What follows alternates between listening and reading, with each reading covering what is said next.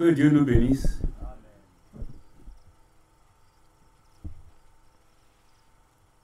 J'ai dit tout de suite que je ne suis pas un prédicateur. Moi, je lis la Bible pour moi-même. Ça, partout où je passe, je ne manque pas de le dire. Donc, ce n'est pas... Je ne suis pas un prédicateur. Acceptez ça comme ça. Bon, comme nous sommes venus, le frère a l'habitude d'aller chez nous là-bas, il nous a invités, on est venus. Bon, il faut que je dise quelque chose. Je vais saluer l'église par les frères et sœurs qui sont présents par les paroles de 2 Pierre chapitre 1. 2 Pierre chapitre 1, le verset 12. 2 Pierre chapitre 1, le verset 12.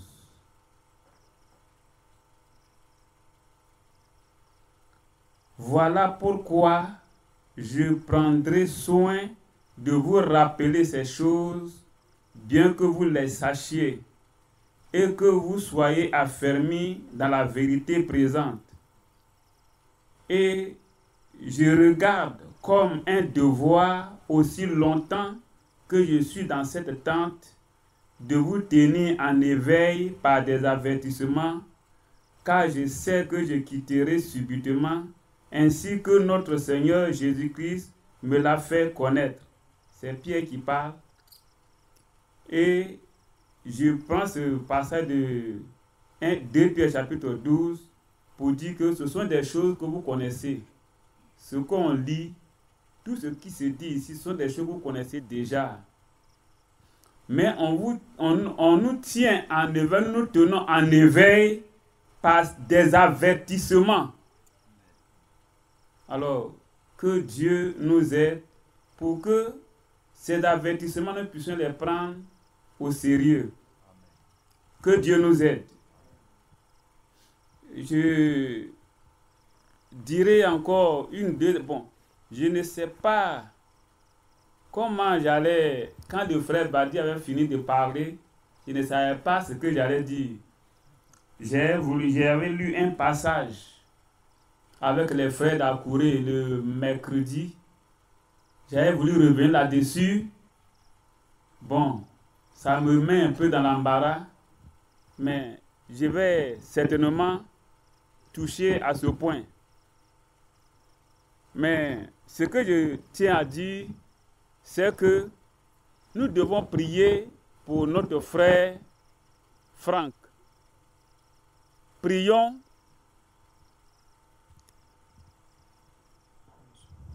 pour notre frère Franck, parce que les frères le mettent en danger.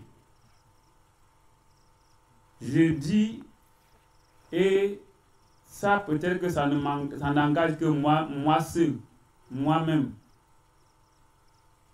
Parce que je vous ai dit que je ne suis pas prédicateur. Les prédicateurs, eux, ils sont inspirés de Dieu. Nous autres, on lit la Bible. Ça peut ne pas être inspiré. Mais ce qu'on lit, c'est en fonction de ça qu'on parle. Quand on prend par exemple le psaume 106, psaume 106,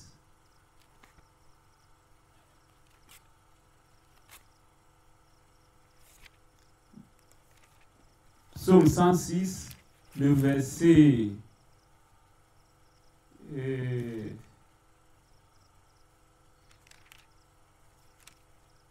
le verset 32.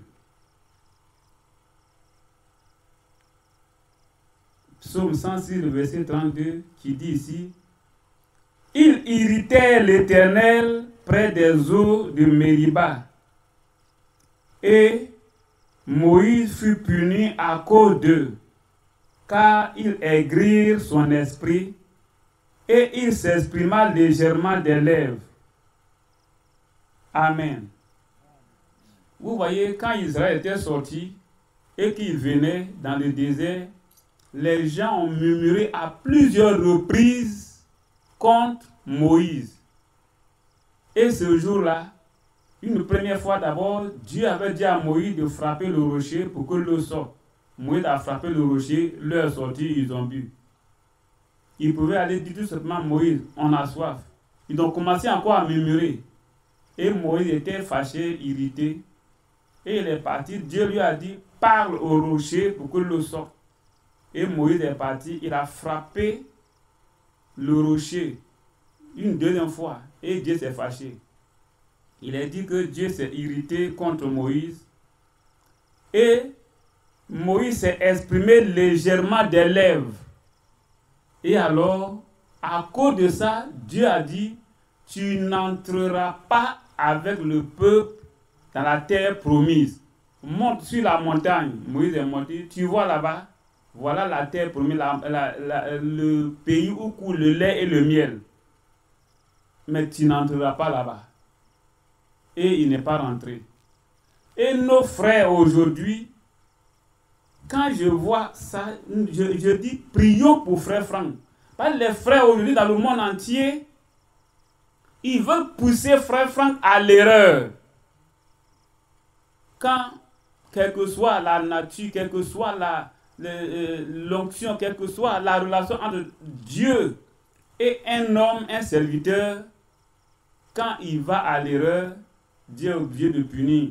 Et quelque part, il est dit qu'il fut un Dieu qui pardonne. Mais il a aussi puni, et ils ont parlé il a parlé de Samuel, je crois qu'il a parlé de Moïse, et puis il a parlé de Aaron, quelque chose comme ça. Moïse. Vous voyez? Donc, frère, nous devons prier pour notre frère. À force de poser, se référer à lui, à tout moment de lui poser des questions, c'est un homme. Il peut dire des choses et Dieu, ça ne va pas plaire à Dieu plutôt. Dernièrement, il ne sait pas, les gens, à force de poser des questions sur la boisson, on doit boire, ne pas boire, ne pas boire, ne pas boire, boire, ne pas boire. Il a dit que lui, s'il va quelque part et qu'on lui offre un verre de vin, il peut boire. C'est fini, hein? Les gens ont chargé ça sur leur tête et ils achètent même une bouteille de vin pour déposer à leur table pour manger et ils boivent. Et ils vont dire que c'est frère Franck qui a ordonné. Vous voyez où ça peut envoyer les choses. Nous devons prier pour notre frère. Il nous a donné beaucoup de choses. Nous devons prendre ces choses-là et marcher avec. Mais on ne peut pas faire chose. Regardez par exemple ici. Ce livre que je tiens en main là, c'est écrit dessus le conseil de Dieu sur le fondement réel. C'est le frère Franck qui a écrit. Ce n'est pas l'original. Ça a été réédité. Sur l'original, c'est un peu bleu, je crois. Et puis, il y a une montre dessus. C'est les premiers qui avaient reçu. Il y a une montre. Les réveils là. Voilà, c'est ce qui était dessus. Le conseil de Dieu. Ça a été réédité, ça là. Et c'est ce que les gens brandissent pour dire que voilà, tout ce qui est dedans, on doit prendre. C'est ainsi que le pain de la Sainte-Seine, ils ont tiré les choses dedans. Mais quand on prend quelque chose, je crois que mieux vaut commencer à lire du début jusqu'à la fin. Nous autres, on lit. Et quand on a quelque chose dans notre main, on commence du début et on lit jusqu'à la fin. Je ne suis pas prédicateur, je suis un lecteur de la Bible. Mais quand j'ai pris ce livre-là et que j'ai commencé à lire, moi j'ai trouvé que c'est un bon livre. Et que frère Franck, il a tout dit dedans. Mais il ne sait pas encore pourquoi on discute. Pourquoi on discute, je ne comprends pas. Regarde par exemple, ici, à la page 2, préface. Ce qu'il dit ici, nombre de falsifications ont été faits dans l'Écriture sainte. Il en est ainsi, par exemple, quant à la doctrine de la divinité, du baptême et de la Sainte Seine.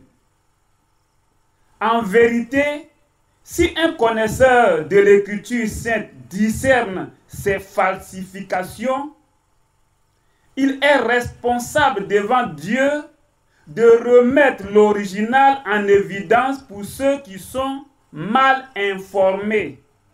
Ce n'est pas moi qui ai écrit, hein. C'est le frère Franck qui a dit. Et puisqu'on doit prendre ce que frère Franck a dit, je prends ça. On dit on ne croit pas en frère Franck. Moi, je crois en frère Franck. Il a dit que l'écriture a été falsifiée, c'est-à-dire ça a été tordu. Les gens ont dévié, ils ont changé, ils ont tordu le sens. Mais que si quelqu'un, et d'abord la cité des exemples, la divinité, le baptême, l'enseignement sur la Sainte Seine, que ça a été tordu, le sens. Mais que si quelqu'un voit que ici, quelque part, ça a été tordu, devant Dieu, celui-là est responsable pour me mettre la vérité devant ceux qui sont mal informés. Vous voyez? À la fin du livre, il dit aussi cela à la page 95. Il dit ici, j'arrivai à la conclusion qu'il enseignait en tout exactement comme le firent les apôtres et qu'il était en parfait accord avec le témoignage général de l'Écriture. Ainsi, enseigne-t-il la divinité comme nous l'avons vu dans les chapitres précédents, disant qu'il n'y a qu'un Dieu qui se soit révélé comme Père dans le Fils par le Saint-Esprit. Il baptise aussi au nom du Seigneur Jésus-Christ selon le modèle biblique. Il veut parler de frère Branham. Et il enseigne la Sainte Seine comme Paul l'enseignait. Et nous voyons ainsi la foi véritable et l'enseignement biblique confirmés par dans notre temps de la même manière qu'au temps des apôtres.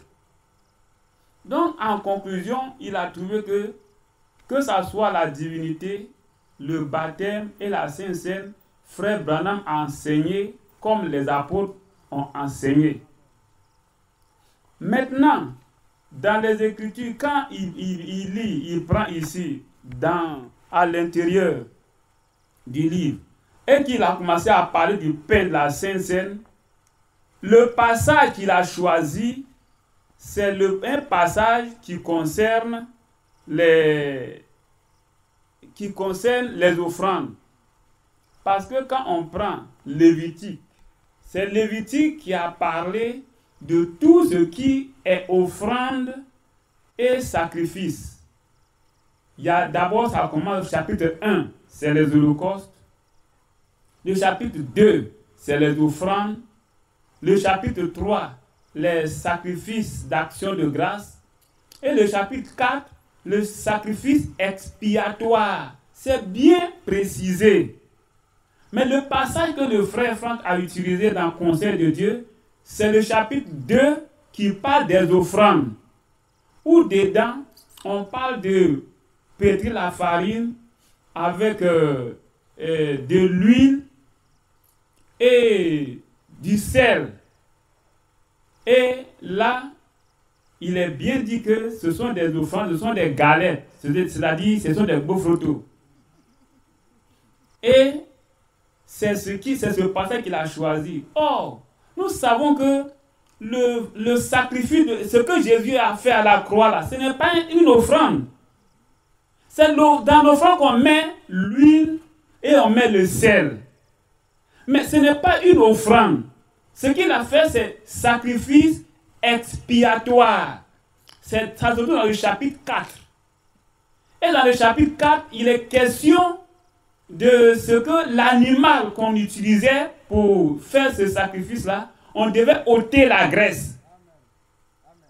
On devait ôter la graisse de l'animal. Que ce soit un bœuf, un cabri, un mouton, on devait offrir la graisse dedans. Maintenant, le frère Branham a bien dit dans la prédication, la communion, que le pain est sans assaisonnement ni de matière grasse. C'est-à-dire on ne met pas du sel, on ne met pas de l'huile. Ça là, on ne doit pas faire d'histoire là-dessus. Les chrétiens de Béret là, quand Paul prêchait là, ils prenaient l'écriture, ils regardaient.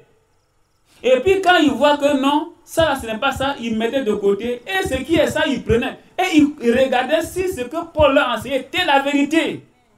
Mais pourquoi aujourd'hui on ne peut pas agir comme les chrétiens de Béret? Pourquoi? Pourquoi on ne peut pas faire ça?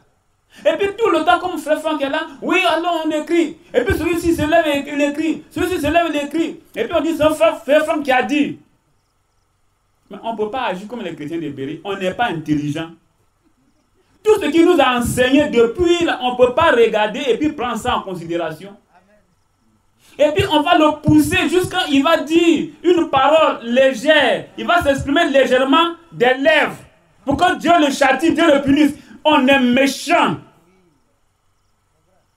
Les frères et sœurs, les gens, bon peut-être les sœurs sont maintenant, mais les hommes, les serviteurs sont méchants. Si jamais ils poussent l'homme de Dieu à l'erreur et que Dieu le frappe, Dieu les frappera aussi. Parce que c'est eux qui l'ont poussé. Et regardez bien, hein, tous ceux qui avaient murmuré, puis Moïse avait commis l'erreur, Dieu l'a frappé aussi. Hein. Ce n'est pas Moïse, Moïse n'est pas rentré, mais Dieu a frappé aussi les autres là. Ils n'ont qu'à savoir ça. Ils n'ont qu'à savoir ça. Prions pour notre frère. Et Dieu lui a donné une grande œuvre. Il a accompli. Il faut qu'il passe par l'enlèvement, qu'il puisse partir avec nous. Il ne faut pas qu'ils vont pousser l'homme de Dieu et qu'il va nous dévancer. Notre souhait, c'est qu'il soit là pour passer par l'enlèvement. Que Dieu nous aide. Ne vous mettez pas avec ces méchants serviteurs qui veulent pousser l'homme de Dieu à l'erreur. Ne les suivez pas. Amen. Que Dieu nous bénisse. Amen. Donc, ce que je voudrais partager avec nous, c'est un passage que j'aime beaucoup. On va le lire, c'est toujours dans un Pierre. On avait lu 2 Pierre, mais on va lire maintenant dans 1 Pierre.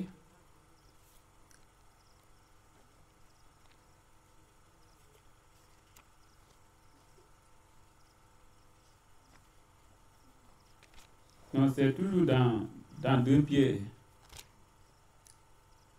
2 Pierre, chapitre 1. À partir du verset 3. Je n'avais pas prévu ça, mais je me suis senti à le dire quand même. Et puis, si Dieu le permet, je vais compléter avec ce que je voulais dire. On va commencer ici. 1 Pierre chapitre 1, 2 Pierre chapitre 1, à partir du verset 3. Comme sa divine puissance nous a donné tout ce qui contribue à la vie et à la piété, au moyen de la connaissance de celui qui nous a appelés par sa propre gloire et par sa vertu, lesquelles nous assurent de sa part les plus grandes et les plus précieuses promesses, afin que, par elles, vous deveniez participants de la nature divine, en fuyant la corruption qui existe dans le monde par la convoitise. À cause de cela même, faites tous vos efforts pour joindre à votre foi la vertu, à la vertu la science, à la science la tempérance, à la tempérance la patience, à la patience la piété, à la piété la charité. Car si ces choses sont en vous et ils sont avec abondance, elles ne vous laisseront point oisifs ni stériles pour la connaissance de notre Seigneur Jésus-Christ. Amen. Vous pouvez continuer à lire la suite, c'est bien. Mais je voudrais prendre une petite partie ici, parce que je vois que c'est important. Ici, quand le frère Branham a prêché sur ce passage, il a donné le titre de la statue de l'homme parfait. Une stature, c'est pas une statue, une stature, c'est-à-dire un modèle, une forme. C'est le modèle de l'homme parfait. Et il a demandé que chacun puisse suivre ce modèle-là, que chacun puisse se constituer, c'est-à-dire de cette manière. Et quand il a fait ça, il a dessiné une pyramide. En bas, il a mis la foi. Et ça correspond aux 7 âges de l'Église, parce qu'ici, il y a 7 choses. Là, ça correspondait aux 7 âges de l'Église. Et il a mis les noms des messagers. Maintenant, ce qui est important que je puisse voir ici, c'est le verset 5. Il dit, à cause de cela même, faites tous vos efforts pour joindre à votre foi la vertu. Donc la foi, c'est la base. Et la deuxième chose qui vient, c'est la vertu. Je vois que c'est là que se trouve tout le problème notre problème, c'est-à-dire tout ce qui est problème au niveau de l'Église, au niveau de chacun de nous, c'est là que se trouve le problème. C'est un modèle, disons que c'est comme une maison qu'on construit. La base, quand on construit une maison, il y a la fondation d'abord, qui est la base, et ensuite on monte les murs, et puis il y a la toiture. Mais quand on veut construire une maison à étage, il y a des choses qu'on doit mettre dedans pour que la maison puisse tenir ferme. La maison puisse tenir contre le vent, contre la pluie, contre les torrents et tout ça, comme Jésus l'a dit. Ici, la première chose, c'est la foi. Là, il n'y a pas de problème. Celui qui croit au Seigneur Jésus, tu seras sauvé. Quand quelqu'un entend la parole de Dieu, il croit. Ah oui, ça c'est la vérité, on l'approuve. C'est la vérité. Beaucoup de nous tous qui sommes là, nous avons entendu, ça nous a convaincus, nous l'avons accepté. Beaucoup se sont fait baptiser, d'autres sont devenus des sympathisants, c'est-à-dire des militants. Ils nous suivent seulement, ils n'ont pas pris leur engagement. Mais dans la deuxième chose, il dit faites vos efforts pour joindre à votre foi la vertu. La vertu, c'est quoi? La vertu, on peut dire c'est une force, c'est une puissance. C'est quelque chose, c'est un principe, disons un principe actif. Quand on prend par exemple une feuille de Nîmes, si on dit par exemple la feuille de Nîmes, il y a un principe actif dedans, il y a une vertu dedans qui peut guérir le palu. Alors quand quelqu'un a le palu, mais tu n'as pas de Nîmes ici, il y a pas, prenez les feuilles de Nîmes. Il y a d'autres qui disent, il faut frotter dans l'eau. Et puis il boit, il y a d'autres qui disent, fait bouillir. Et puis tu bois. On fait bouillir, on boit. Et puis le lendemain, la personne se sent bien. Troisième jour, la personne est guérie. On dit, la feuille de Nîmes, il y a une force, il y a une vertu dedans qui combat le microbe du palu. Quand par exemple, on était petit et qu'on partait au champ, on se blessait, il y a une herbe là, notre papa, il coupait ça. Quand c'est au champ, il marche et puis il met dessus. Quand c'est au village, on fait écraser et puis on met dessus, puis il attache. 3 jours après, quand tu enlèves là, la trace que la machette a laissée, c'est ça qui reste là. La plaie n'évolue plus. Ça reste là et puis c'est fini. La plaie est guérie. Il y a une vertu dedans qui est peut-être une vertu antibiotique qui guérit les plaies. C'est une vertu, c'est une force, c'est quelque chose qui est dedans. Et chaque plante a ses vertus. Donc la vertu, c'est une force, c'est une puissance, c'est quelque chose qui est là, qui peut agir. Maintenant, quand je vois ça, et que je regarde que ça vient, la vertu vient se reposer sur la foi, je me pose une question. Je me dis, mais qu'est-ce qui se passe alors? Pourquoi, quand on croit, on dit qu'on croit, on se fait baptiser, on n'arrive plus à évoluer. On devient des chrétiens ignames. C'est-à-dire, l'igname là, quand vous plantez votre igname, ça pousse, hein, ça pousse jusqu'à quand ça arrive à 5 cm. Si tu ne l'as pas trouvé un tuteur, il va se coucher. Ça va se coucher, ça va ramper à terre jusqu'à... Même ça fait 5 mètres, 10 mètres de long, ça sera toujours à terre. Il faut un tuteur. Tu mets à côté, là il va grimper. Et quand il grimpe, il est en haut là-bas, il se réjouit, il pense. L'igname, la tige pense qu'elle est plus grande que le tuteur qui tient. C'est ce qu'on voit. Hein? Qu'elle est plus haute que le tuteur. Celui-là même qui est venu, on l'a aidé, on l'a exhorté, on l'a enseigné. Il est devenu 2 ans, 3 ans plus tard, il est affermi, il devient plus spirituel que celui qui l'a enseigné. Chrétien igname. Le jour où le bois est cassé, le tuteur est cassé, il se retrouve à terre, c'est-à-dire à son point de départ. Vous comprenez? C'est ça qui fait le problème. Parce que la vertu, cette force-là, l'igname n'a pas ça. La tige qui est dans le bois, puis le bois peut se tenir debout là. L'igname, lui, il n'a pas ça. Et ça fait que, frère, quand on croit, ce que je veux dire, c'est quand on croit, on n'a pas la force nécessaire pour marcher. Et on est toujours à terre, on ne grandit pas, on est toujours à terre. Les herbes qui poussent après, viennent, ça nous couvre. Tout problème qui vient, on est dedans. Toute difficulté qui vient, on est dedans. On ne grandit jamais. Vous voyez? Alors, pour revenir un peu à ce que le frère nous a dit, on va lire 1 Pierre, c'est un passage que j'aime vraiment beaucoup.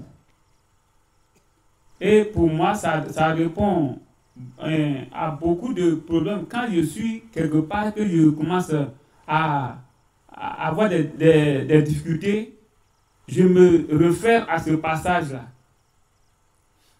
Et j'ai même dit que c'est le passage, pour moi, qui exprime le plus la vie chrétienne, de la repentance jusqu'à la fin. Vous voyez? Si quelqu'un veut marcher vraiment comme il se doit, et qu'il regarde ce passage, et qu'il lit, bon, moi, ma manière de lire, depuis de comprendre, peut-être ce n'est pas la même chose. Mais quand je lis, ça m'aide. Quand on prend 1 Pierre chapitre 2, ici il dit, rejetant donc toute malice et toute ruse, la dissimulation, l'envie et toute médisance. Quand je m'arrête là et que je vois que si quelqu'un veut marcher avec Dieu, la première chose, c'est qu'il doit rejeter tout ce qu'on vient de citer ici là. La malice, la dissimulation, l'envie, la ruse, les médisances. Disons, c'est le péché, c'est notre vie passée. Et là seulement, je rejoins un peu Jacques, qui dit aussi dans Jacques chapitre 1, à partir du verset 20, ici il est dit, car la colère de l'homme n'accomplit pas la justice de Dieu. C'est pourquoi, rejetant toute souillure et tout excès de malice, recevez avec douceur la parole qui a été plantée en vous et qui peut sauver vos âmes. Donc ici, tout ce qui est iniquité, tout ce qui est péché, quand on veut marcher avec Dieu, la première chose que nous devons faire, c'est de renoncer à ces choses, c'est de rejeter ces choses-là. Mais voilà où est-ce que le manque de vertu commence à gâter notre vie spirituelle. On a accepté la parole, on sait que c'est la vérité, on croit, on a accepté, c'est vrai. Mais on n'a pas cette force-là, cette capacité, cette fermeté pour dire non à la médisance, non au péché, non à la calomnie, non aux critiques, non à la colère, non à tout ce que nous savons qui nous tient. On n'a pas cette force-là. Mais si cette vertu, cette force n'est pas là, cette puissance n'est pas là, on ne deviendra jamais grand. Voilà l'origine des difficultés que nous traversons. Voilà pourquoi on ne grandit pas. Moi, je lis la Bible, je ne suis pas prédicateur. Donc, quand je lis ce que je comprends là, c'est comme ça que moi je prends. Donc, c'est pour moi. Ça peut ne pas vous convenir. Mais je sais que quelqu'un qui veut marcher avec Dieu, qui a accepté le Seigneur, s'il n'a pas la foi, il n'a pas le courage pour dire non à son passé, il ne pourra pas évoluer. Il ne pourra pas. Et ça là, dans la statue de l'homme parfait, une fois que, quand on commence à construire une maison, et qu'il y a un niveau qui manque, le reste ne pourra pas tenir. Où est-ce que tu vas bâtir le reste? Comment? Tu veux construire une maison de 5 étages, et puis tu veux sauter le rez-de-chaussée. Le reste, ça va tenir sur quoi? Ça va tenir sur quoi? C'est ça. La vertu, cette force-là, n'est pas en nous. On n'a pas le courage pour dire non à notre vie passée, pour dire non au péché, pour renoncer. Et ailleurs, je crois que c'est dans Philippiens,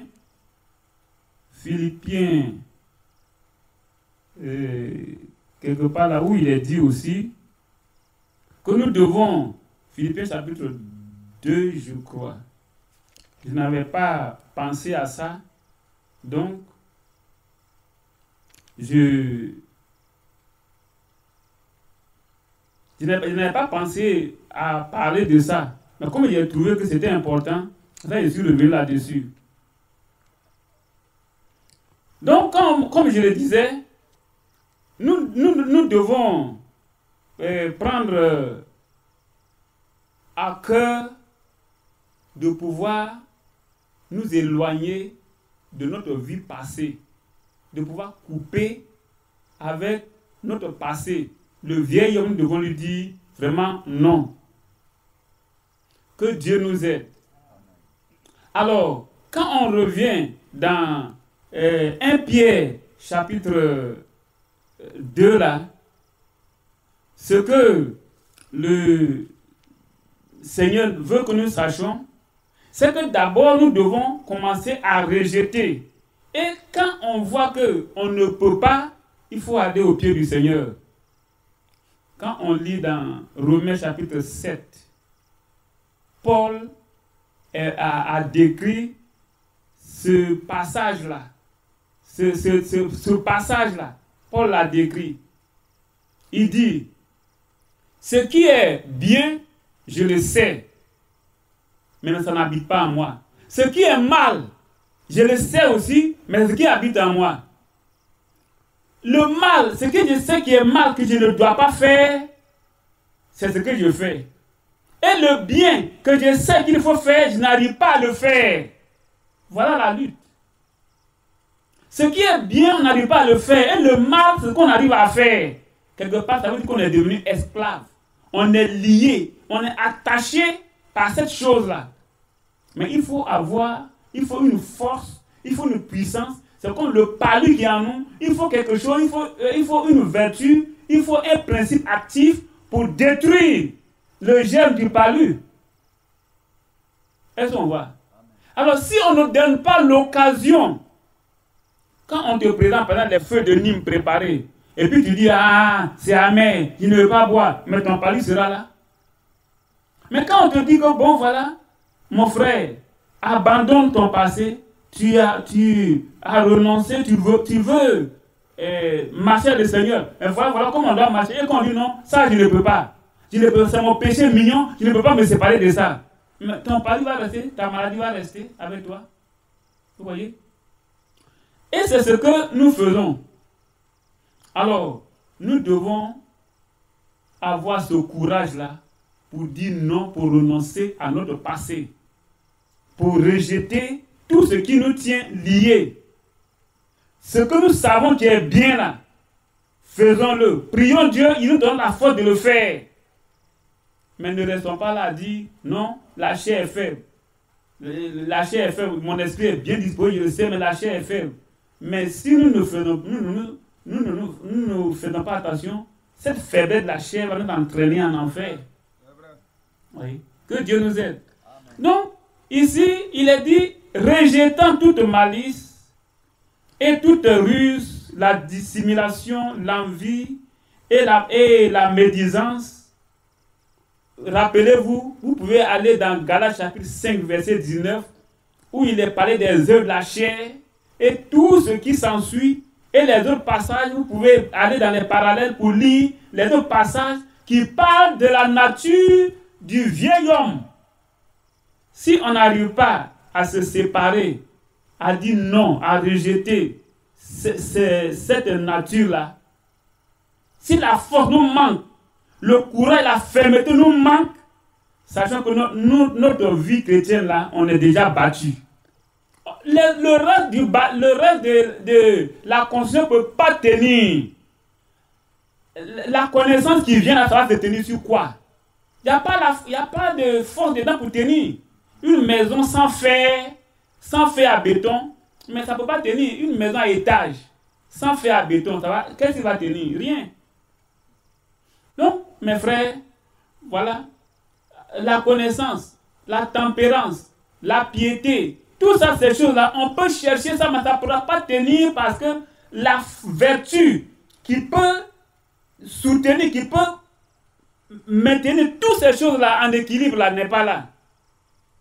On est converti, ça fait 5 ans, 10 ans, 20 ans, mais on est toujours dans le même péché. C'est ce qui fait que nos bien-aimés, là, ils écrivent à Frère Franck, est-ce que les chrétiens, est-ce que la boisson est interdite? Est-ce que les chrétiens doivent... C'est parce que, mes frères, avant là, quand ils étaient nés, ils ont grandi avec grand-père, ils ont grandi avec leur grand-mère, ils ont grandi avec leur papa, ils ont bu Bangui jusqu'à... Ils sont habitués. Ils ne peuvent plus se séparer. Maintenant qu'ils ont cru, le désir est en eux. Maintenant, quand ils ont entendu que si on me donne un verre de liqueur, je peux boire, alors ce vieux démon-là s'est levé. Et puis, ils peuvent commencer à boire. Ils n'ont jamais renoncé à la boisson.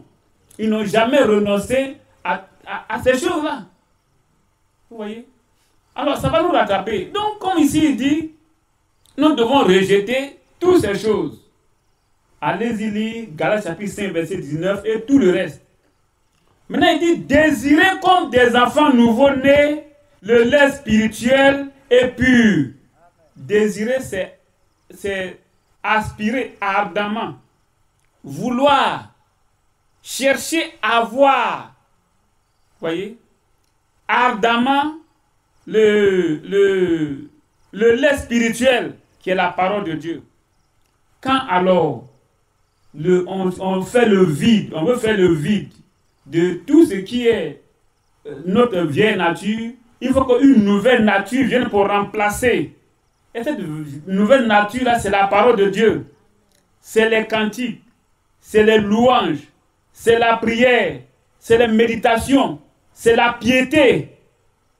Quand ces choses viennent et qu'on prend plaisir à ces choses et qu'on est attaché à ces choses, rapidement, les choses passées là, ça s'enfuit. Notre vieille nature s'enfuit. Et alors, on devient une nouvelle créature. Quelqu'un qu'on reconnaissait hier comme un menteur, un voleur, un trompeur, aujourd'hui on le voit comme un honnête citoyen, comme quelqu'un de droit, quelqu'un de juste, quelqu'un de respectable. Pourquoi? Parce qu'il a été ferme. Il a pris la décision, il a pour dire non au passé et il a commencé à désirer, à s'attacher, à aimer les choses de Dieu. Vous voyez?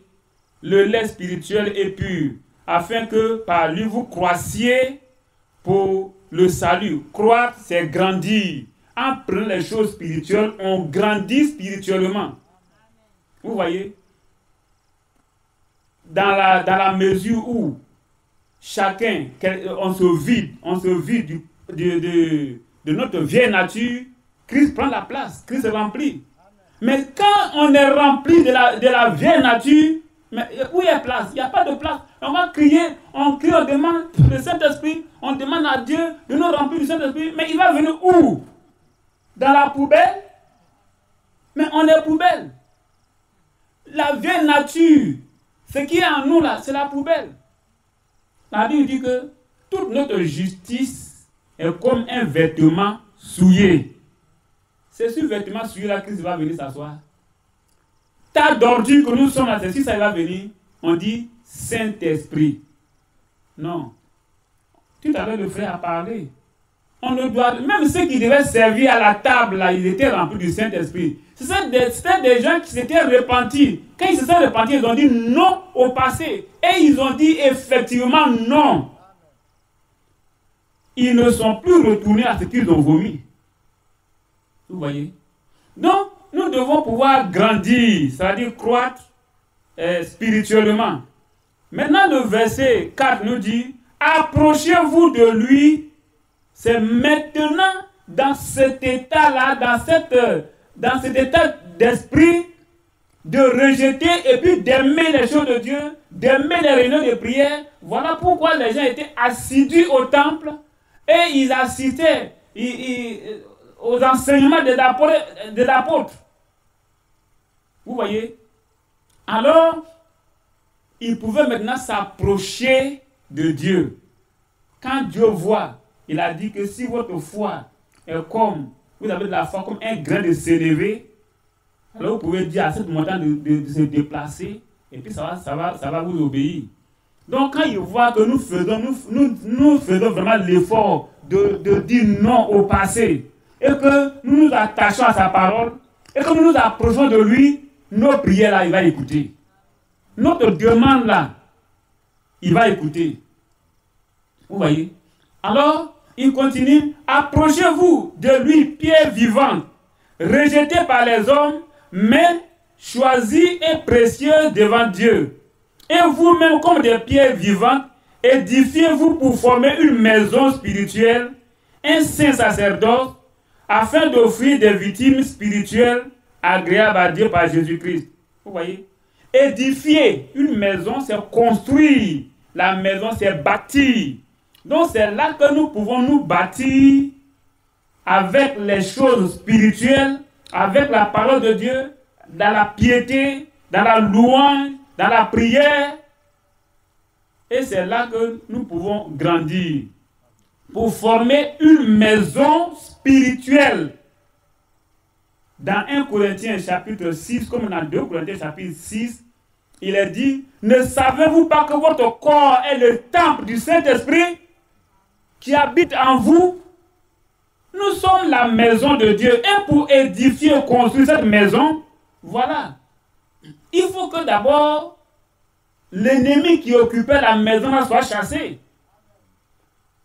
Tout ce que notre vieille nature, ça c'est l'ennemi, c'est la nature de l'ennemi. Il faut qu'il soit délogé.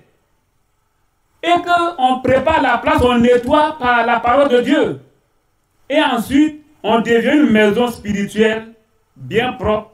C'est ainsi que Dieu peut maintenant chercher à venir habiter en nous. En ce moment-là, on ne devient plus belle. Même si on est dans cette tente, comme Pierre le dit, comme Paul le dit, alors ce qui va venir en nous là, c'est comme un trésor dans un vase de terre. Vous voyez?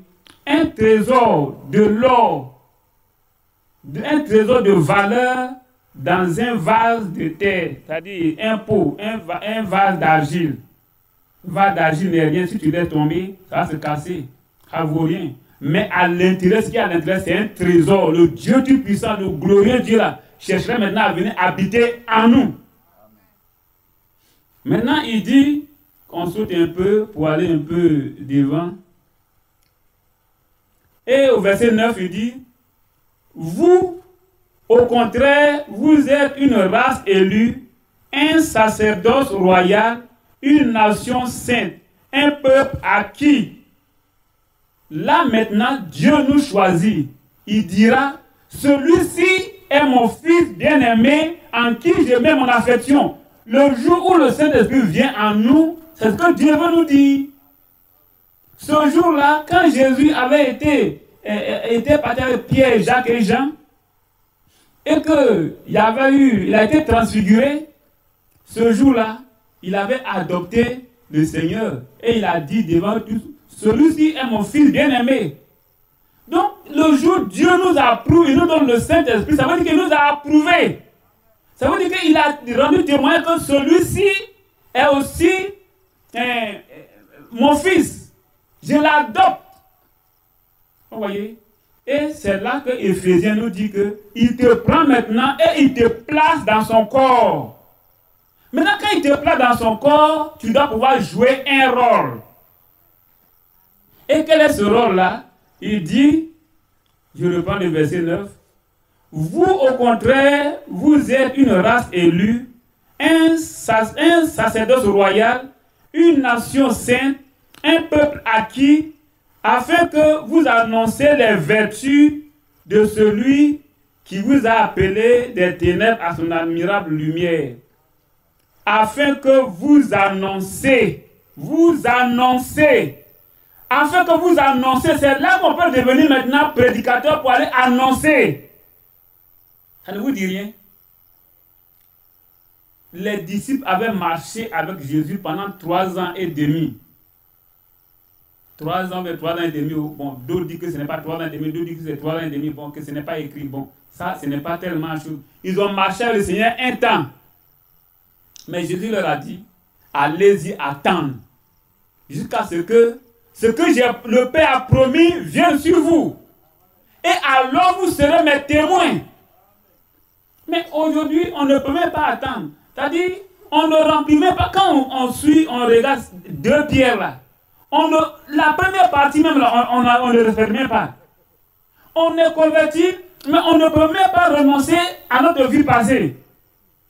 Et puis, si on n'a pas renoncé à la vie passée, ça veut dire qu'on n'est même pas une maison spirituelle. On n'est même pas le temple de Dieu. Il ne peut même pas venir habiter en nous. Il ne nous a même pas choisi comme étant une nation sainte. Et puis on se lève, ça va prêcher. On est prédicateur. Mais on va dire quoi? On va prêcher quoi? On va prêcher pour son ventre. On va prêcher pour... C'est pour cela qu'il y a des querelles dans les églises. Vous voyez? Quand on était parti à Akure pour l'inauguration, on a fait une liste de 19 sujets de préoccupation. Les gens étaient là, oui, même affaire de boisson, mais ils ont parlé de ça. Oui, qui va diriger une église? La dîme, est-ce que ça appartient au pasteur seul ou bien à tous ceux qui travaillent? Et comment ils doivent établir les anciens? Quand ils ont fini, j'ai pris tout ça, j'ai regardé.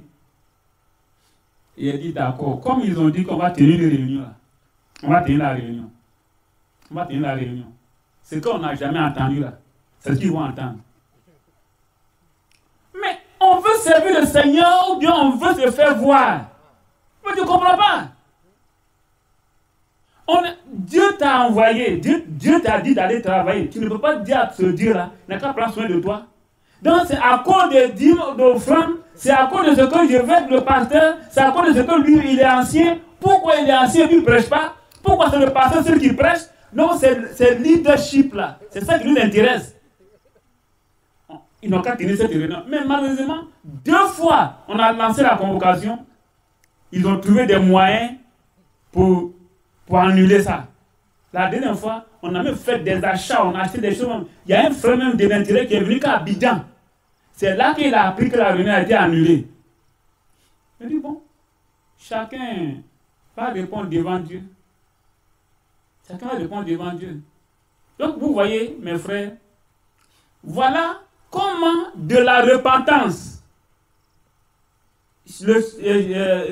1 Pierre chapitre 2 verset 1, de la repentance, comment marcher de progrès en progrès jusqu'à ce que Dieu nous approuve. On devient une maison spirituelle, Dieu nous approuve. Il nous donne le Saint-Esprit pour que nous puissions aller annoncer l'évangile. On n'arrive pas à suivre le commencement. Et puis c'est la fin là-bas, comme aller prêcher là. Il y a honneur dedans.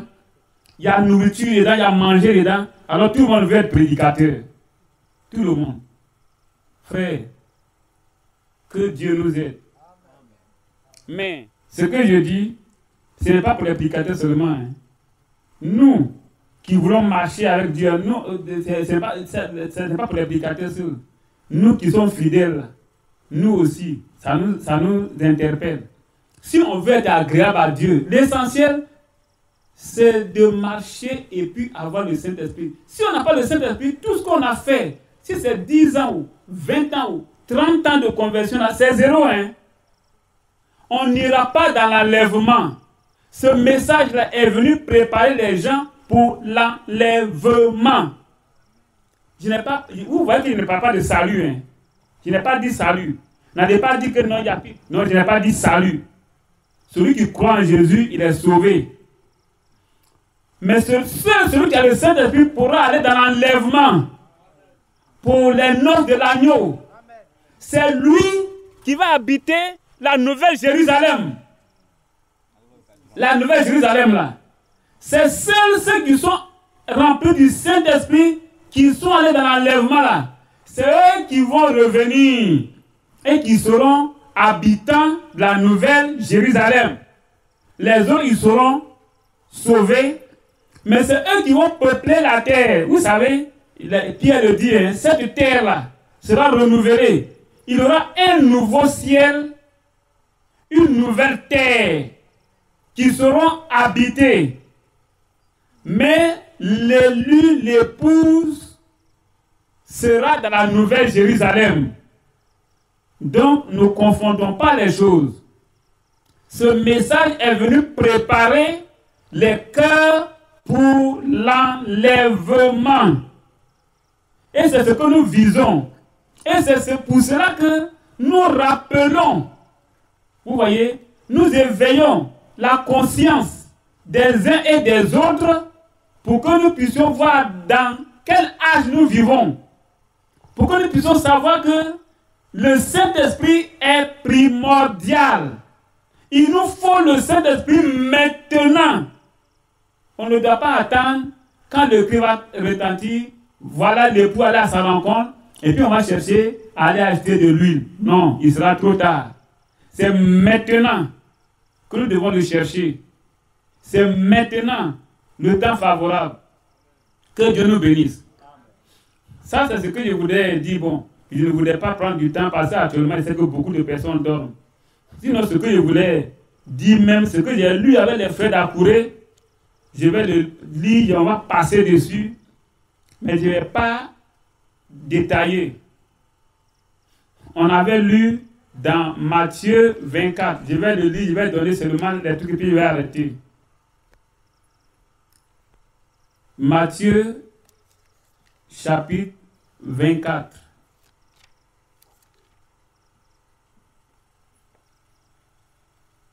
Matthieu chapitre 24, après du verset 1. Je vais lire et puis on va sauter des parties. Comme Jésus s'en allait au sortir du temple, ses disciples s'approchèrent pour lui en faire remarquer les constructions. Mais il leur dit, voyez-vous tout cela? Je vous le dis en vérité, il ne restera pas ici pierre sur pierre qui ne soit renversé. Il s'assit sur le mont des Oliviers et les disciples vinrent en particulier lui faire cette question. Dis-nous quand ces choses arrivera-t-il et quel sera le signe de ton avènement et de la fin du monde? On va s'arrêter là pour le moment. Vous voyez que le temple de Salomon, il avait fait tailler de grosses pierres, des pierres de taille que les gens ont envoyées, qu'on a posées. Et puis les gens ont construit. Donc ce sont de grosses pierres. La maison est bien posée, bien solide. Et les disciples faisaient voir à Jésus que tu vois la maison est en sécurité. Hein? C'est bien posé, c'est bien posé. Tu vois les fondements, tu vois les pierres. Et Jésus leur a dit que, mais je vous dis qu'un jour va venir où tout ça sera renversé. Ça sera cassé, brisé. Ah, ces grosses pierres-là, Seigneur. Et quand ils sont assis, ils ont dit, mais Seigneur, ils ont posé 3 questions. quand est-ce que cela arrivera-t-il? Quand est-ce que ces pieds seront renversés? Ce temple sera cassé. Et quel sera le signe de ton avènement et de la fin du monde? Vous voyez? Ce sont les questions qu'ils ont posées. Dis-nous, quand cela arrivera-t-il et quel sera le signe de ton avènement et de la fin du monde? Voilà, ils ont posé 3 questions. Mais ces 3 questions qu'ils ont posées là, mais il y a quelque chose qui a retenu mon attention dans la réponse de Jésus. Quand il a ouvert sa bouche, il a commencé à parler net. Et regarde ce qu'il a dit. On le lit au verset 4. Jésus leur répondit, prenez garde que personne ne vous séduise. La première chose, que personne ne vous séduise. Mes frères, mes sœurs, que personne ne vous séduise. C'est le signe, c'est la réponse concernant ces 3 questions-là. Que personne ne vous séduise. Donc ça veut dire qu'à la fin, vers la fin des temps, vers la fin du monde, les gens disent qu'il n'y aura pas de fin de monde. C'est quand toi tu meurs, c'est ta fin. Le jour où quelqu'un meurt, c'est sa fin. Il ment, hein? C'est la séduction. Il y a bel et bien une fin. La Bible dit, et nous on le croit. Donc il y a une fin. Mais quand est-ce que cette fin-là, ça viendra quand? Jésus a dit, quand ça va commencer à venir, prenez garde que personne ne vous séduise. Il continue. Car plusieurs viendront sous mon nom disant, c'est moi qui suis le Christ. Et ils séduiront beaucoup de gens. Ça fait combien de fois il a parlé de séduire? Ça fait 2 fois. On saute, on arrive au verset 11. J'ai dit qu'on va sauter pour aller un peu plus vite. Vous pouvez lire tout. Hein. Plusieurs fois prophètes s'élèveront et ils séduiront beaucoup de gens. Ça fait combien de fois? 3 fois. Ça ne s'arrête pas là. On continue. Le verset 23. Si quelqu'un vous dit alors, le Christ est ici ou il est là, ne le croyez pas, car il s'élèvera de faux Christ et de faux oints. Ils feront de grands prodiges et des miracles au point de séduire, s'il était possible, même les élus. Ça fait combien de fois il a parlé de séduire? 4 fois. Dans la réponse là qu'il a donnée, il a parlé 4 fois de séduction. Donc, pour moi, le temps de la fin du monde, c'est un âge de séduction. Et j'ai averti les frères d'Akouré de cette manière. J'ai dit, faisons attention. La séduction va venir, mais ça sera par ruse. C'est-à-dire ça sera voilé. Si vous ne faites pas attention, vous allez penser que c'est vrai. Voilà pourquoi je ne vais pas le dire. S'il était possible, même les élus. Mais Dieu merci. Les élus ne seront pas séduits parce qu'ils auront le discernement. Et le discernement vient de quoi? De la parole de Dieu. Ceux qui s'attacheront à la parole de Dieu ne seront pas séduits. C'est pour cela que nous autres, quand on lit la Bible, quand on nous parle de quelque chose, on dit, il faut nous montrer le verset, et puis nous, on va aller lire. On va faire comme les chrétiens de Béret. Mais quand tu ne veux pas nous montrer le verset, tu nous montres un autre verset, on dit non, ça ne correspond pas. On nous dit que on met l'huile dans le pain parce que l'huile typifie le Saint-Esprit. J'ai dit c'est vrai. Je prends aussi Jean chapitre 7. Celui qui croit en moi, des fleuves d'eau vive couleront de son sein, comme dit l'Écriture. Il parle ainsi du Saint-Esprit parce que le Saint-Esprit n'était pas encore. J'ai dit, et ici là on dit quoi? L'huile typifie le Saint-Esprit, c'est vrai. Et ici là, on dit quoi? On a parlé de l'huile, on a parlé de l'eau. Ah, ça devient problème. Alors, l'eau qu'on prend pour mélanger la farine là, ça ne typifie pas le Saint-Esprit aussi? Il faut forcément de l'huile. Je sais que dans l'Ancien Testament, pour oindre un sacrificateur, bien un roi, on prend l'huile. C'est pour un service. On prend l'huile pour oindre le roi et le sacrificateur pour un service. Mais ici, il est question de marche. Et Jésus même disait à cette femme-là, comme le frère l'a lu, l'eau que je donnerai deviendra un fleuve d'eau vive qui couleront, qui jailliront jusqu'à la vie éternelle. Et là, il parle de quoi aussi? Du Saint-Esprit. Mes frères, montrez-moi le verset et puis je vais aller lire. Et puis, je remercie, je dis Dieu merci parce que je remercie aussi mon papa parce qu'il m'a mis à l'école. Je ne suis pas allé loin. Je n'ai que le BPC. Mais quand je lis, je comprends à ma manière. Et ça me fait avancer. Vous voyez? Pierre n'était même pas allé à l'école. C'était un pécheur. Mais il a écrit. Et ce qu'il a écrit, c'est ce qu'on lit aujourd'hui. Amen. Oui. Donc, mes frères, je disais que quand Satan était tombé sur la terre, il s'est pris à l'homme sur deux dimensions, sur deux fronts. C'est-à-dire, quand il a été précipité sur la terre, d'abord la Bible a dit dans l'Apocalypse, malheur à la terre, parce que le diable est descendu contre vous. Depuis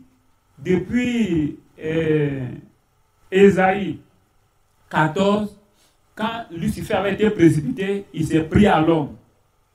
Et il s'est pris d'abord à la chair, au corps, par les maladies.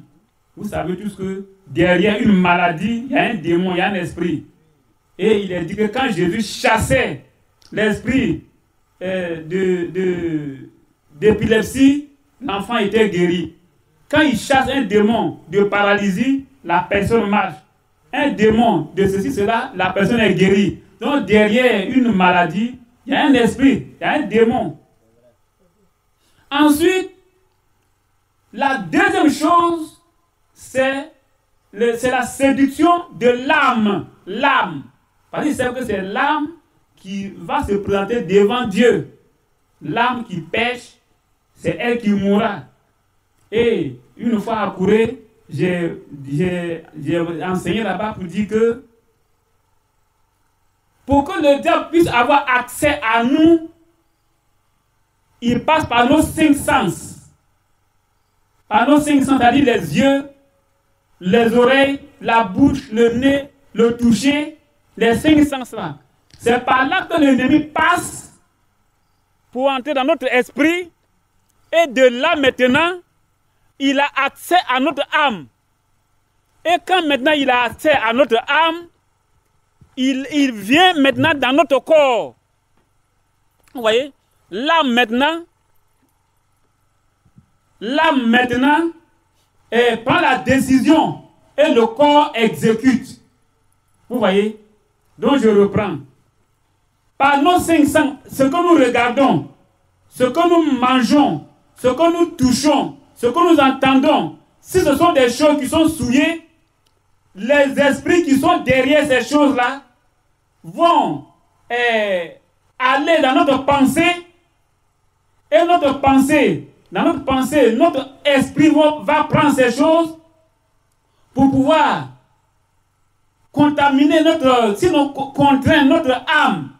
Et une fois que notre âme accepte ces souilles-là, et que nous prenons la décision d'exécuter ce qui est passé par nos 500 pour arriver dans notre pensée et qui arrive dans notre âme, si nous exécutons ces choses, alors ça souille notre corps. Et notre corps est la dernière partie, parce que le corps est constitué du corps, de l'esprit et de l'âme. Donc notre corps, c'est lui qui est la marionnette qui exécute la décision que l'âme prend. Et la décision que l'âme prend, c'est ça qui peut le justifier ou bien le condamner. Vous voyez? Donc, mes frères, quand le diable vient et que, à travers ce que nous regardons, ce que nous voyons, qui va siéger, stocker dans notre esprit et qui descend peu à peu dans notre âme, dans notre cœur, et que notre âme prend la décision d'exécuter, il faut que nous, toutes ces choses-là, nous comprenons ça d'abord et que nous surveillons, nous faisons de sorte que l'ennemi ne nous atteigne pas, ne nous séduise pas. Vous voyez? Donc, Dieu faisait voir que l'ennemi, les esprits viennent et ils séduisent l'âme. Et depuis notre naissance, quand on est né, avant d'être converti, on a vu, on est rentré en contact avec beaucoup de choses. Il y a des esprits qui sont rentrés en nous et qui sont là. Et c'est pour cela que quand on veut marcher avec le Seigneur, il faut forcément passer par la repentance. La repentance pour dire non à ces démons que nous avons ramassés depuis notre jeune âge. Notre entourage, notre voisinage, partout dans les milieux où sont passés, ces esprits qui sont rentrés en nous et qui nous font marcher par la chair, il faut que toutes ces choses-là soient balayées. Donc il y a la séduction qui est là et Jésus nous a dit de faire attention. Il y a des esprits qui ont déjà pris possession. Depuis qu'on est né jusqu'à ce que nous soyons convertis, il y a des esprits qui sont déjà là, qu'il faut accepter la parole de Dieu, obéir à la parole de Dieu pour qu'ils soient délogés. Maintenant qu'on a accepté la parole de Dieu et qu'on obéit à la parole de Dieu et que ces démons sont délogés, il faut pouvoir surveiller notre marche pour ne pas que de nouveaux démons viennent. Et à cela, nous devons nous attacher à la parole de Dieu. Maintenant, c'est là que souvent les gens ne font pas beaucoup attention. Le diable n'a pas peur de choses. Hein. Tu peux recevoir ta révélation aujourd'hui. Tu peux faire tes prophéties, ça va t'accomplir. Et puis demain, le diable peut t'avoir. La preuve, ce jour-là, quand Jésus a demandé, qui dites-vous que je suis? Pierre a dit, tu es le Christ, le Fils du Dieu vivant. Jésus a dit devant tous que c'est le Père qui t'a révélé cela. Ça ne vient pas de toi. Les temps qui ont suivi, quand il a dit, il faut que je meure, je parte à Jérusalem, je souffre, il a dit, mais Seigneur, qu'il n'advienne. Jésus a dit quoi? Arrière de moi, Satan. Voilà Pierre qui avait été inspiré par Dieu. Quelque temps après, c'est l'ennemi maintenant qui vient l'inspirer. Ah! C'est pour cela que, frère, nous devons faire très attention. Tout ce qui nous traverse la tête ne vient pas de Dieu. La séduction, ça peut passer par les fidèles. C'est-à-dire quelqu'un est là, il ne fait pas attention, il s'en va regarder du n'importe quoi, ça va entendre du n'importe quoi, ça va sur Internet pour écouter, pour ramasser, pour voir des films de porno, de comment c'est ça. Il va ramasser ses démons, et puis demain on ne peut plus le contrôler. Alors, ça aussi, ça nous interpelle. Faisons attention à ce que nous regardons. C'est par là que les esprits séducteurs passent pour entrer en nous. La deuxième chose, le serviteur de Dieu, ceux qui sont là, qui disent qu'ils sont serviteurs de Dieu, mais qui ne sont pas passés par la repentance, qui ont encore des esprits en eux, d'autres démons peuvent venir les séduire. Ah, une fois on était allé à une évangélisation quelque part. Et celui qui prêchait, il a dit, mais ce jour-là, 4 h du matin, mais j'ai entendu une voix qui est venue, je ne sais pas du côté droit ou du côté gauche, qui m'a dit, fais l'œuvre d'évangéliste. J'ai regardé, j'ai dit, mais est-ce que, bon, est-ce qu'il sait si c'est la voix de Dieu ou c'est la voix du diable? Comment est-ce qu'il a su ça? Parce qu'on a dit, fais l'œuvre d'évangéliste, alors c'est la voix de Dieu. Mais, quand on lit un peu dans Job chapitre 4, les 3 amis de 4 amis de Job là, c'est 3. Avant qu'ils ne partent, il y a un qui a fait une expérience. Et il était assis sur son expérience, et il était parti, il était convaincu que c'est Dieu qui lui a parlé. Il était convaincu. Mais à la fin, qu'est-ce qu'il a dit? Dieu a dit que tout ce que vous avez dit, on n'avait pas parlé en bien de moi. Allez-y, envoyez des bœufs pour que Job les sacrifie et qu'il prie pour vous. Vous Vous voulez qu'on lise? Je ne voulais pas tellement retenir. Mais on va voir. C'est-à-dire, l'ennemi peut venir d'une manière ou d'une autre. Nous, si nous ne faisons pas attention, nous allons penser que c'est Dieu. Alors qu'en réalité, ce n'est pas Dieu. Prenons Proverbe chapitre, Job plutôt chapitre 4. On va le lire et vous allez voir que si vous étiez à la place, si moi-même j'étais à la place, j'allais être convaincu et dire, ah, ça c'est vraiment Dieu. Ça c'est Dieu qui m'a parlé. Job chapitre 4. À partir du verset 12. Job 4, verset 12. Moi, j'ai dit, je lis la parole de Dieu. Donc, ça fait que je suis devenu prudent. La parole de Dieu, quand je lis, ça fait que je suis devenu prudent. Quand je vais poser mon pied, je sais où je pose mon pied. Une parole est arrivée furtivement jusqu'à moi. Une parole, ça veut dire qu'il a entendu. S'il a dit une parole, ça veut dire qu'il a entendu quelque chose. Une parole est arrivée furtivement jusqu'à moi. Et mon oreille en a recueilli les sons légers. Au moment où les visions de la nuit agitent les pensées, quand les hommes sont livrés à un profond sommeil, je fus saisi de frayeur et d'épouvante, et tous mes os tremblèrent. Un esprit passa près de moi. Tous mes cheveux se hissèrent. Une figure d'une apparence inconnue était devant mes yeux. Et j'ai entendu une voix qui murmurait doucement.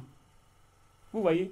Ça là, c'est une expérience qu'il a vécue, il a entendu, même il a même vu même une figure. En tout cas, ses cheveux me sont dressés. S'il était malade, il a dit, ah, mais vraiment, je ne pouvais pas tenir si mes pieds me tremblaient comme ça.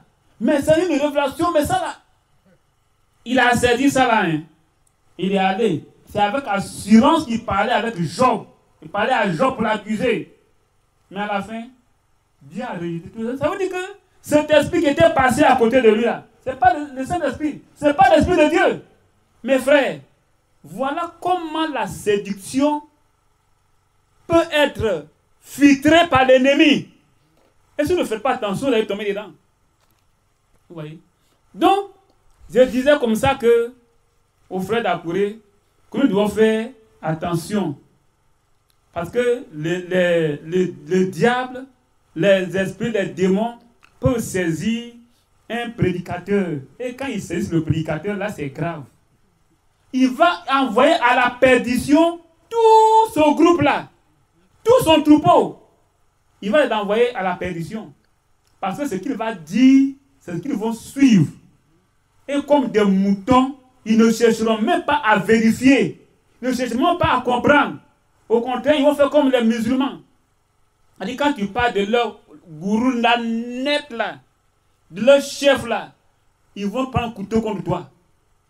Il y a des gens qui font le groupe de Kakou Philippe. Quand tu parles mal de lui, ils vont te soulever comme ça, ils vont te faire tomber. Ils vont te botter même propre. Vous voyez, mais ça, c'est quel esprit? Vous voyez? Et il croit qu'il est vraiment un prophète. Et il parlait de quelque chose comme ça. Et puis il dit, la malédiction de Cam, que Cam a été maudit. Il dit, mais bravo même, il ne croit pas à la Bible. Il ne croit pas à la Bible. Quand tu lis bien, Cam n'a jamais été maudit. C'est son fils Canaan qui a été maudit. Bon, je ne veux pas rentrer dans son débat. Donc, ce que nous devons savoir, frère, c'est qu'il y a la séduction qui est là. La Bible nous dit bien dans Matthieu 24, quand les gens ont posé ces trois questions touchant la période où le temple sera cassé, le signe de l'avènement et le signe de la fin du monde, la première des choses qu'il a commencé à dire, c'est de faire attention pour ne pas être séduit. Et dans son développement, il a cité 4 fois le mot séduction. Séduire. Ça veut dire que nous devons faire très attention. Nous devons faire très attention à ce que, même si on nous dit que c'est un prophète qui a dit, si c'est quelqu'un qui fait descendre le feu du ciel qui a dit, la Bible me dit à moi que ils feront même descendre le feu du ciel, ils feront des miracles, de grands prodiges. Mais ça ne viendra pas de Dieu. Donc ça là, tu vas finir de parler, je me tiens là, je dis, montre-moi où c'est écrit dans la Bible. Tu as fini de faire des démonstrations, tout ça c'est fini. Je vais te dire, montre-moi où c'est écrit. Je m'avais à la maison pour lire. Il ne faut pas venir me dire que Dieu m'a dit. Les Dieu m'a dit là, ça ne m'effraie pas. Dieu m'a parlé, Dieu m'a dit, j'ai vu une vision, moi ça ne m'effraie pas. Et je vous dis, frère, il ne faut pas que ça va vous effrayer. Attachez-vous à la parole. Attachez-vous à la parole. Attachez-vous à la parole. Pierre l'a dit, j'ai commencé au départ, 2 Pierre chapitre 1, le verset 12. Ce sont des choses que vous connaissez. Mais on le répète, on vous le rappelle pour tenir en éveil chacun de nous, pour ne pas que nous soyons séduits. Et que quand le Seigneur viendra, nous puissions être debout. Nous puissions aller dans l'enlèvement. Que Dieu nous bénisse.